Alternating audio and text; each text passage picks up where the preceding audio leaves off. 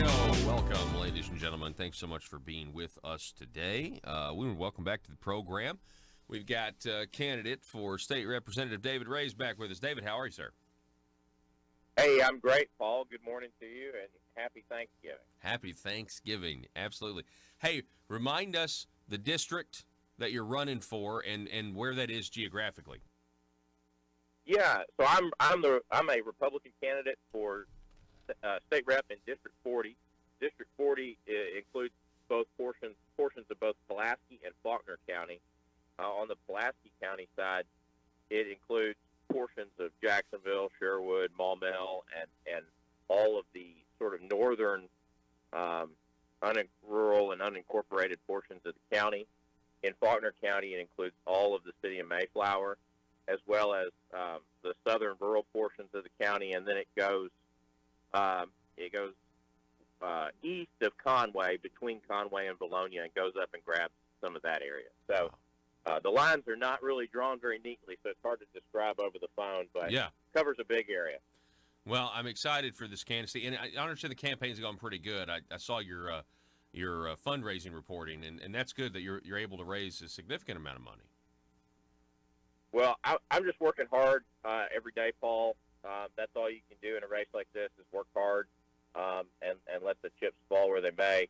You know, the reason I'm running is because, you know, I have been – I don't know when you started observing the legislative process here in Arkansas, Paul, but I really started observing it up close firsthand around the 2013 session.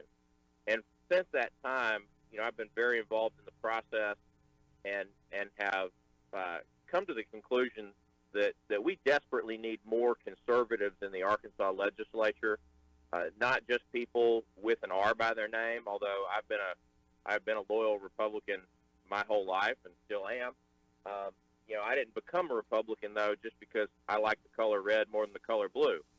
You know, I became a Republican because I believe sincerely about issues like the right to life, Second Amendment, lower taxes, actually limiting the size and scope of government. Amen. You know, controlling spending, fiscal restraint, those are all things that are deeply important to me. And I believe strongly we need more people, not less, in Little Rock to care about those things. I couldn't agree with you more. Did you say 2013 is when you started really paying attention? Or I know you didn't say 2019, but it sounded like you said 2019. No, 2013. 2013. In 2013, I started working at the Republican Party of Arkansas as the communications director there, and went on to be the spokesman for Senator Tom Cotton's Senate campaign against Mark Pryor, where we finally put him out of office, and the voters got their say after he cast the deciding vote for Obamacare, and then was the state director of Americans for Prosperity Arkansas for a number of years after that, focusing on keeping our, trying to lower taxes in Arkansas, get more responsible spending in state government. And for the last 3 years, I've been the chief of staff to Lieutenant Governor Tim Griffin and have worked hand in hand with him on some key issues. And so, having been in and around the legislative process for so long, we see this all the time, Paul. A lot of times folks get elected to the legislature and they have good intentions, but they really may not have known what they were getting involved with and were therefore not able to, resist pressure from lobbyists and special interests, or maybe, they ran for office, thinking it was a good idea because they're popular in their hometown or whatnot, and didn't really have well thought out positions on issues. And then, if you don't know what you believe before you go to Little Rock, I can tell you from seeing it firsthand, there's a line of people a mile long that are waiting to tell you what you ought to believe, and typically not good for the taxpayer. Absolutely correct. And what I was going to say is, I have been observing the legislative process for about that long as well, and I completely agree with your assessment, especially about, they're going to tell you what to believe if you don't already know it. But certainly I've seen this process unfold, and man, it's so interesting how, you'll have talking points that come out about a particular piece of legislation and they're kind of well organized talking points, especially if it's trying to grow government in whatever capacity.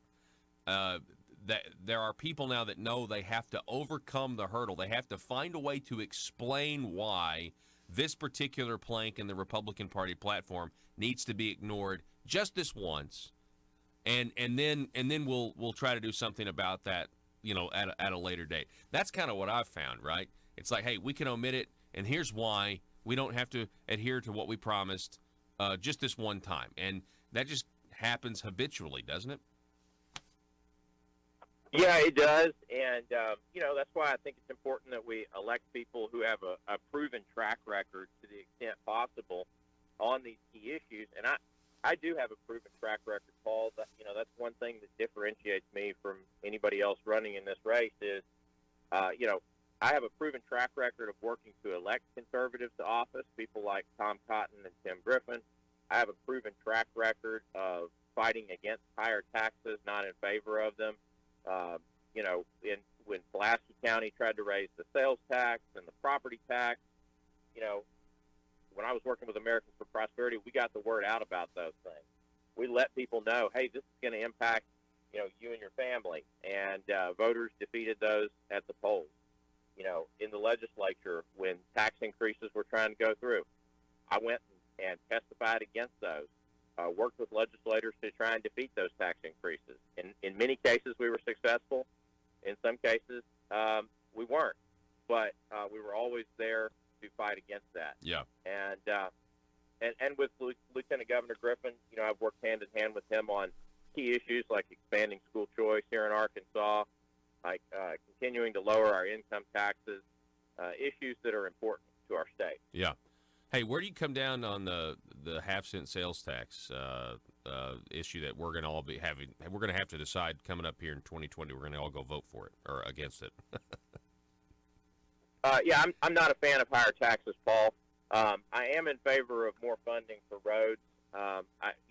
Look, as a limited government conservative, I believe that roads and infrastructure and highways are a core function of state government. But I don't think voters put Republicans in place to solve problems simply by raising taxes. I think they put us in place to solve problems without raising taxes.